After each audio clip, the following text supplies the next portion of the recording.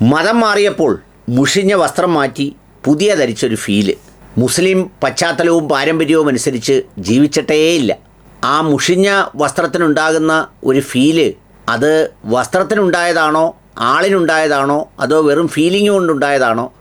ഇങ്ങനെയൊക്കെയുള്ള ഒരു അന്വേഷണം ഇത് ലക്ഷ്മിപ്രിയയുടെ മാത്രം വസ്ത്രമല്ലാത്തത് കൊണ്ടും ഈ ആദ്യം ജനിച്ച സബീന എന്നോ റസീന എന്നോ സുൽഫത്തെന്നോ അങ്ങാണ്ട് പറഞ്ഞ പേരിൽ എവിടെയോ ഇസ്ലാം മതത്തിലാണ് ജനിച്ചത് എന്നൊക്കെ പറഞ്ഞ് അവകാശപ്പെട്ടതുകൊണ്ട് ആ മുഷിഞ്ഞ വസ്ത്രം ധരിക്കുന്ന ഒരുപാട് മനുഷ്യർ ഈ സമൂഹത്തിലുള്ളതുകൊണ്ട് ആ മുഷിപ്പിൻ്റെ കാരണം ഒന്ന് അന്വേഷിക്കേണ്ടി വരും.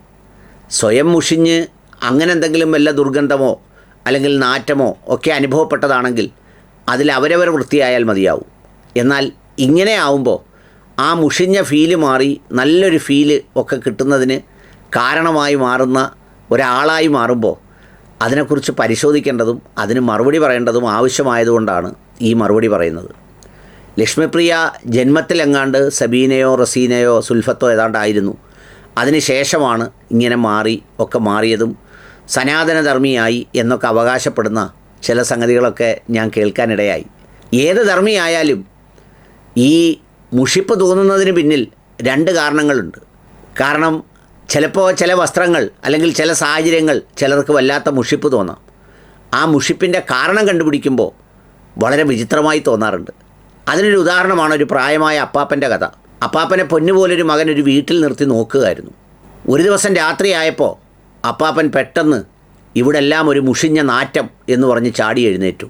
വല്ലാത്ത ദുർഗന്ധം എന്നൊക്കെ പറഞ്ഞാണ് അപ്പാപ്പൻ ചാടി എഴുന്നേറ്റത്. വലിയ ബഹളമായി. കൊച്ചുമക്കളും മരുമോളും എല്ലാം അവിടെ എല്ലാം നോക്കിയിട്ടൊന്നും കാണുന്നില്ല. അപ്പാപ്പൻ അവസാനം പറഞ്ഞു, ഇതെന്നെ ഓടിക്കാൻ മരുമോളെന്തോ ചെയ്തതാണെന്ന് പറഞ്ഞ് വല്ലാത്ത ബഹളം ഉണ്ടാക്കി. എന്നിട്ട് വേറൊരു മകനെ വിളിച്ചു.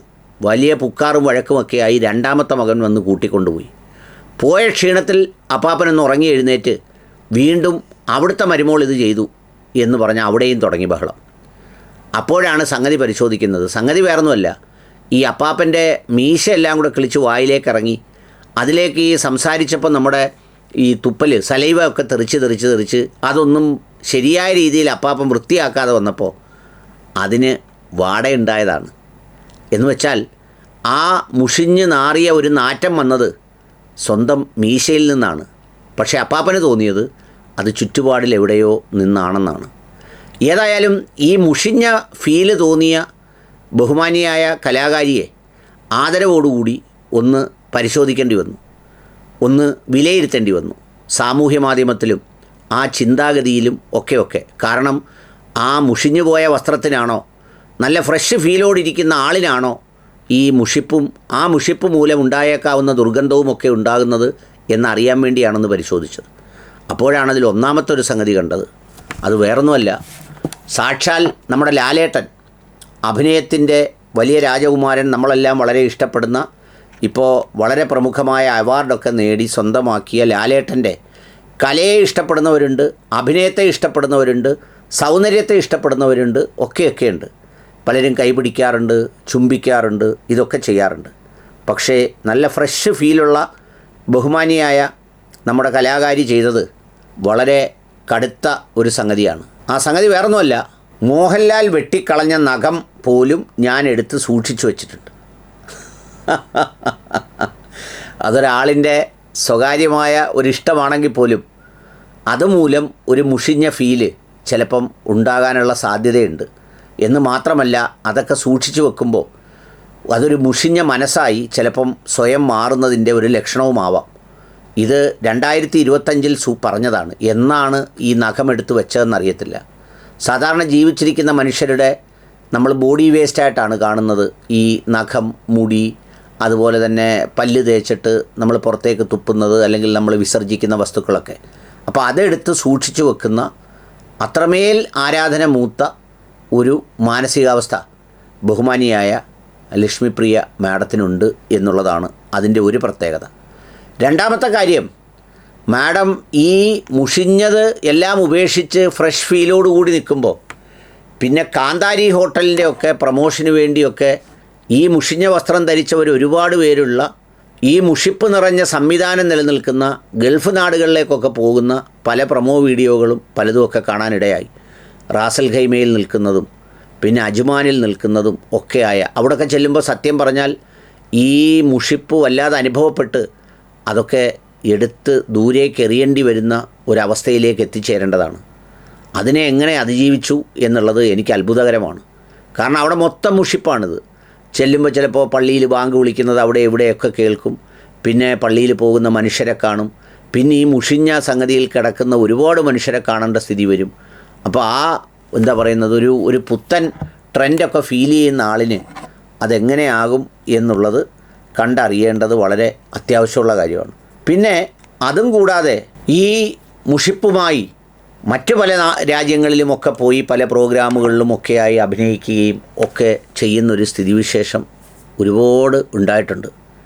സംഗതി ഇതിനകത്തൊരു കാര്യം വളരെ പ്രസക്തമാണ്. ഈ മനുഷ്യൻ്റെ താല്പര്യങ്ങളും ഇഷ്ടങ്ങളുമാണ് ഓരോ മനുഷ്യരെയും മുഷിപ്പും മടുപ്പും ഒക്കെ ഉണ്ടാക്കുന്നത്. അങ്ങനെ മുഷിപ്പും മടുപ്പും ഒക്കെ ഉണ്ടാക്കുന്ന ആളുകൾക്ക് അവർക്ക് പ്രത്യേകമായ ഒരു ഫീല് കാണും. ഇപ്പം നമ്മൾ റോഡിൻ്റെ സൈഡിലൊക്കെ ഇരിക്കുന്ന ഭ്രാന്തുള്ള ആളുകൾ ഒരുപാട് അഴുക്ക് പിടിച്ച വസ്ത്രങ്ങളൊക്കെ ഇങ്ങനെ വാരി പിടിച്ച് അവരുടെ കയ്യിലും ഈ പറഞ്ഞതുപോലെ നഖമൊക്കെ വളർന്ന് അല്ലെങ്കിൽ വഴിയിലൊക്കെ കിടക്കുന്ന വേസ്റ്റൊക്കെ പറക്കി കൂട്ടി വെച്ചിട്ട് നന്നായി ഒരുങ്ങിപ്പോകുന്നവരെ കാണുമ്പോൾ അവന്മാരെന്ത് വൃത്തികെട്ടവന്മാരാണ്, എനിക്ക് ഈ മുഷിപ്പൊന്നും പറ്റില്ല എന്നൊക്കെ തോന്നുന്ന മനുഷ്യരും നമ്മുടെ കൂട്ടത്തിൽ ചിലപ്പോൾ പല ഭാവങ്ങളിലുണ്ടാകുമെന്ന് പല കഥകളിലും ചരിത്രങ്ങളിലും ഒക്കെ നമ്മൾ വായിച്ചിട്ടുണ്ട്. ഏതായാലും ലക്ഷ്മിപ്രിയ ചേച്ചി ഈ മുഷിപ്പും മടുപ്പും ഒക്കെ തോന്നിയെങ്കിലും ഇപ്പോഴും ഈ മതങ്ങൾ തിരഞ്ഞെടുക്കുന്നതും വിശ്വാസം തിരഞ്ഞെടുക്കുന്നതും അവരവരുടെ ഇഷ്ടമാണെങ്കിലും അത് വെച്ച് വേറൊരാളിനെ ആക്ഷേപിക്കലും അല്ലെങ്കിൽ അങ്ങനെ ധരിച്ചിരിക്കുന്നവരെ മോശമാക്കലും ഒന്നും വലിയൊരു മിടുക്കല്ല.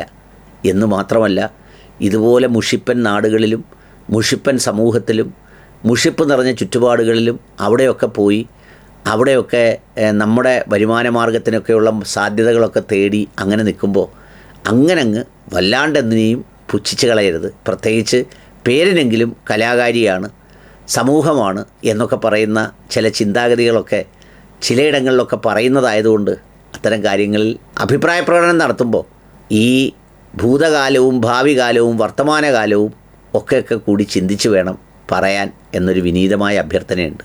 പിന്നെ ഇതേ ലക്ഷ്മിപ്രിയ തന്നെയാണ് നമ്മുടെ സന്ദീപ് വചസ്പതിയുമായി മുഷിഞ്ഞത്. ഒരമ്പലത്തിലെ പരിപാടിക്ക് പോയി കാശ് കൊടുത്തില്ലെന്നോ മറ്റോ അങ്ങനെ പറഞ്ഞു. അത് കാശ് വേണ്ട, ഞാൻ വന്നോളാം എന്ന് പറഞ്ഞ് ഇങ്ങോട്ട് വന്നതാണെന്ന് സന്ദീപ് വചസ്പതി പറഞ്ഞു. അപ്പോൾ അങ്ങനെയൊക്കെയുള്ള സംഗതികൾ ഈ ലക്ഷ്മിപ്രിയയുമായി ബന്ധപ്പെട്ട് സാമൂഹ്യ മാധ്യമ ഫ്ലോറിലുണ്ട്. അപ്പോൾ അതുകൊണ്ട് ഈ മുഷിഞ്ഞതിൻ്റെ തലം പരിശോധിക്കുമ്പോൾ ഇതെല്ലാം കൂടി ചേർത്ത് വെച്ച് പരിശോധിച്ചെങ്കിലേ ആ മുഷിപ്പിൻ്റെ ഒരു ആഴവും പരപ്പുമൊക്കെ ബോധ്യമാവും. ആ വീഡിയോകൾ കൂടി കമൻറ്റ് ബോക്സിലോ ഡിസ്ക്രിപ്ഷൻ ബോക്സിലോ ഇട്ടേക്കാം, അതുകൂടി കാണണം കേട്ടോ.